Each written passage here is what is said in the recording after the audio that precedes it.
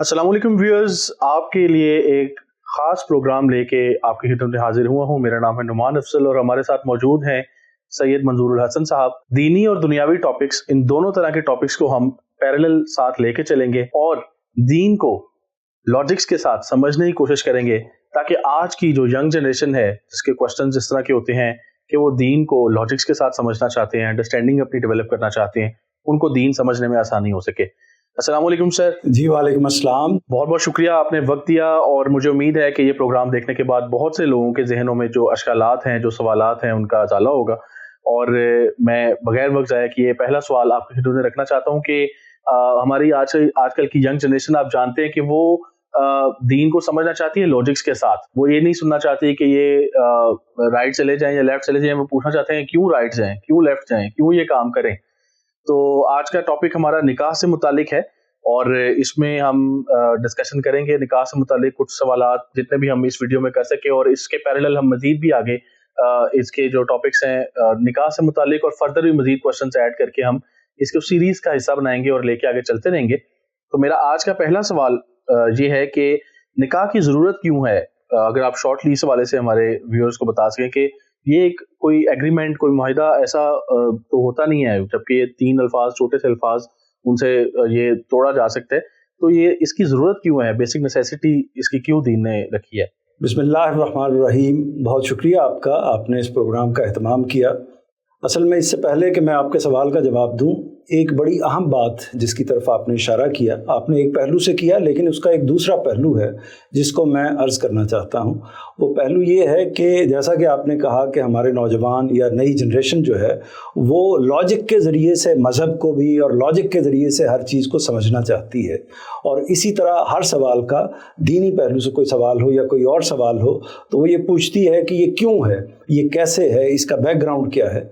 तो मैं ये अर्ज़ करूं कि ये महज हमारी नौजवान जनरेशन का मसला नहीं है, ये असल में इंसान का मसला है। और अल्लाह ताला ने इंसान को जिस साख्त पर, जिस सूरत पर तख्लीक किया है, उसमें उसके अंदर ये एक तरह से सवाल रखे हुए हैं। वो सवाल रखे हुए हैं क्योंकि वो ऐसी मखलूक नहीं है कि जो बेसोचे समझे किसी चीज़ को तस्लीम कर लेती है। वो मखलूक ही ऐसी है जो अक्ल रखती है, फ़हम रखती है, इदराक रखती है, और वो ये किसी भी चीज़ को जब इख्तियार करना चाहती है तो उसको शऊर की बुनियाद पर इख्तियार करना चाहती है।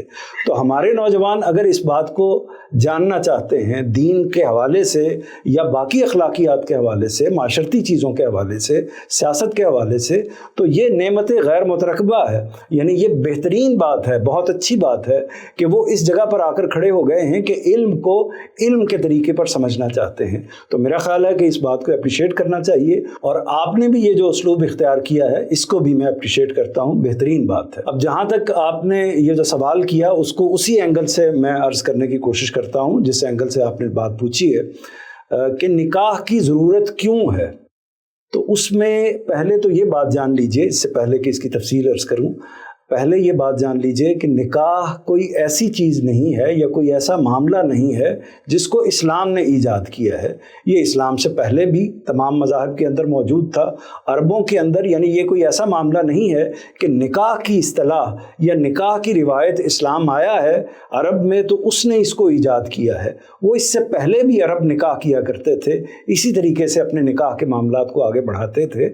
और फिर महज अरबों का मामला नहीं है, बाकी दीगर मज़ाहब में भी जितने भी इल्हामी मज़ाहब हैं उनके अंदर, ईसाईयत है, यहूदियत है, उनके अंदर ये इदारा पूरे तरीके से मौजूद है।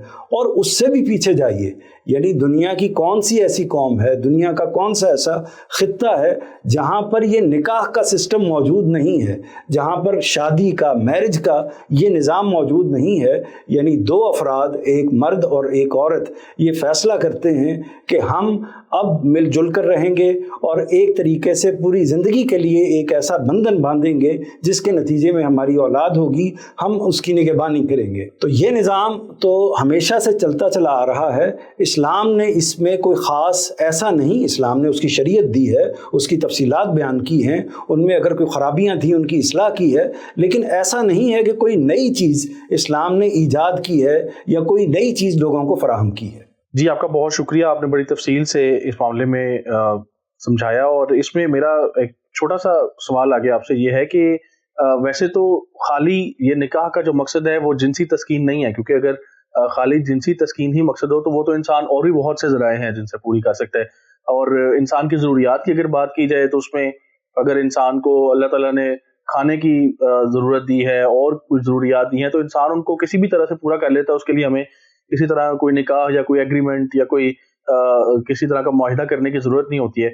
लेकिन ये ख़ास इस चीज़ के लिए निकाह को क्यों ज़रूरी करार दिया गया है, और इसमें आप क्या समझते हैं कि इसमें और इंसान की दूसरी ज़रूरियात को पूरा करने में क्या ऐसा फ़र्क है कि अल्लाह ताला ने निकाह करना जो है वो लाजिम करार दिया और बाकी ज़रूरियात के लिए किसी तरह की कोई पाबंदी नॉर्मली ज़्यादातर में नहीं है? एक तो ये बात वाज़े कर दूं कि ये ऐसी चीज़ नहीं है, ये ऐसी चीज़ है जो इंसान की फितरत की आवाज़ है। यानी यही वजह है कि इंसान अपनी फितरत की बुनियाद पर जैसे बाकी मामलात अंजाम देता है उसी तरह निकाह भी करता है। और ये आज का वाक़या नहीं है, हमेशा से जब से इंसान इस दुनिया में आया है वो इसका एहतमाम करता रहा है। उसके रिवाज, उसके रसूम मुख्तलिफ होते रहे हैं, लेकिन ये तरीका इख्तियार करता रहा है।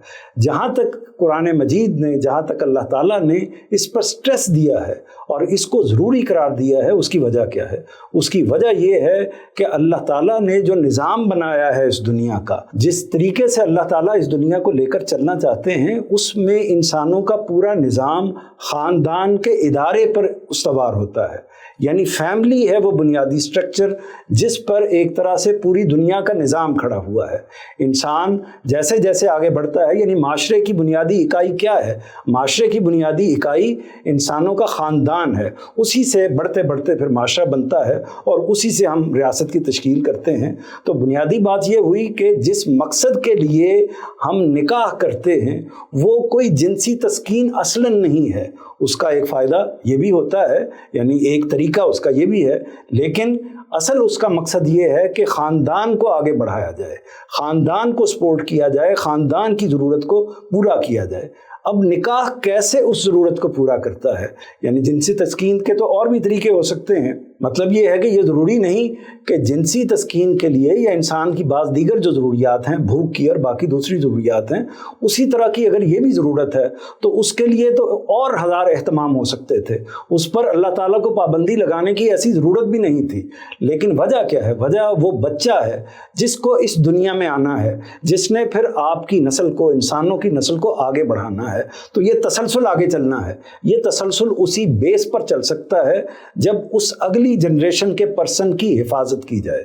वो हिफाजत उसी सूरत में हो सकती है जब उसको एक प्रोटेक्शन मिले, एक ख़ानदान मिले, यानी कुछ अफराद, दो अफराद ख़ास तौर पर, और उनके इर्द गिर्द पूरा ख़ानदान का स्ट्रक्चर वो मुयस्सर होगा तो बच्चे के अंदर नफ्सियाती तौर पर भी जो उसकी ज़रूरतें हैं वो भी पूरी होंगी, जिस्मानी तौर पर जो बलूग़ की उसकी ज़रूरतें हैं, उसके इर्तिका की, उसकी तरक्की की, उसके आगे बढ़ने की, नशो-नुमा की जो ज़रूरतें हैं वो भी पूरी होंगी। और ये सारी की सारी उसके तालीम के जो मामलात हैं, उसकी तरबियत के जो मामलात हैं, जिनके बग़ैर वो असल में हैवान रहता है, इंसान बन ही नहीं सकता। इंसान बनता ही उस सूरत में है कि जब उसको उसकी ट्रेडिशन मिलती है, जब उसको उसका बैकग्राउंड मिलता है। ज़ुबान कैसे सीखता है इंसान?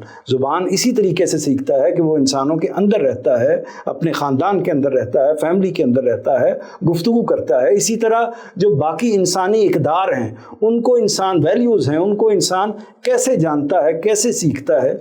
वो उसको वालिदैन देते हैं, वो उसको सोसाइटी देती है, वो उसको माशरा देता है, वो उसको उसकी फैमिली देती है। तो ये वो चीज़ है जिसके तहफ़्फ़ुज़ के लिए अल्लाह ताला ने असल में निकाह को ज़रूरी करार दिया है और गैर निकाह को गलत करार दिया है। गैर निकाह को इसलिए गलत करार दिया है कि उसके नतीजे में फिर ख़ानदान का इदारा मुनहदम होता है, वो टूटता है। अगर ये इदारा बरकरार रखना है तो फिर निकाह को इस सतह पर कायम रखना ज़रूरी होगा। जी, बहुत शुक्रिया, आपने बड़ी तफसील के साथ हमारे व्यूअर्स को समझाया और मुझे उम्मीद है कि आज की नौजवान नस्ल आपका जब ये खुलासतन जो आपने बयान किया है, अगर मैं इसको खुलासतन पेश करूँ नौजवान नस्ल के सामने, तो आपने यही समझाने की कोशिश की है कि बेसिकली वो बच्चा है, वो औलाद है जिसके लिए अल्लाह ताला ने ख़ानदान का सिस्टम बनाया है ताकि एक प्रॉपर सिस्टम के तहत इस दुनिया के अंदर इंसान जो है वो रहें और बसें और अपनी ट्रेडिशंस और अपनी रिवायात को कायम रखते हुए उनको सीखें और आगे उसको मुंतकिल करें। और यही वजह है कि एक ट्रेडिशनल तरीका, ये बड़े आपने जिस तरह बताया, इससे पहले भी हमारे दीन इस्लाम से पहले भी जो जितने भी इल्हामी मज़ाहिब थे उनमें भी ये तरीका जो है ये राइज था, और इसी से आपने ये साबित भी किया कि ये एक इंसानी मसला है, ना कि कोई अगर हम इसको समझें कि अल्लाह ताला ने अगर इस चीज़ को प्रपोज किया है, इसको अगर लाजिम करार दिया है, तो वो इंसान की फितरत को देखते हुए लाजिम करार दिया है, और इसमें हर लिहाज से हमारा फ़ायदा है। बहुत बहुत शुक्रिया, आज के इस प्रोग्राम में आपने बड़ी तफसील के साथ हमें गाइड किया। अगले प्रोग्राम में हम इंशाल्लाह निकाह से मुतालिक ही एक बहुत शॉर्ट सा क्वेश्चन आपके सामने अभी रख देता हूं, और अगले प्रोग्राम में हम उस पर डिस्कशन करेंगे। सवाल ये है कि निकाह में वली की क्या शर्त है, और ये वली टर्म जो है ये क्या है। इस हवाले से हम अगले प्रोग्राम में डिस्कशन करेंगे। इसी के साथ आज के प्रोग्राम का इख्तिताम करते हैं। मुझे नुमान अफजल को इजाजत दीजिए। अगले प्रोग्राम में बहुत जल्द बहुत जबरदस्त और लॉजिकल डिस्कशन के साथ आपकी खिदमत में दोबारा हाजिर होंगे।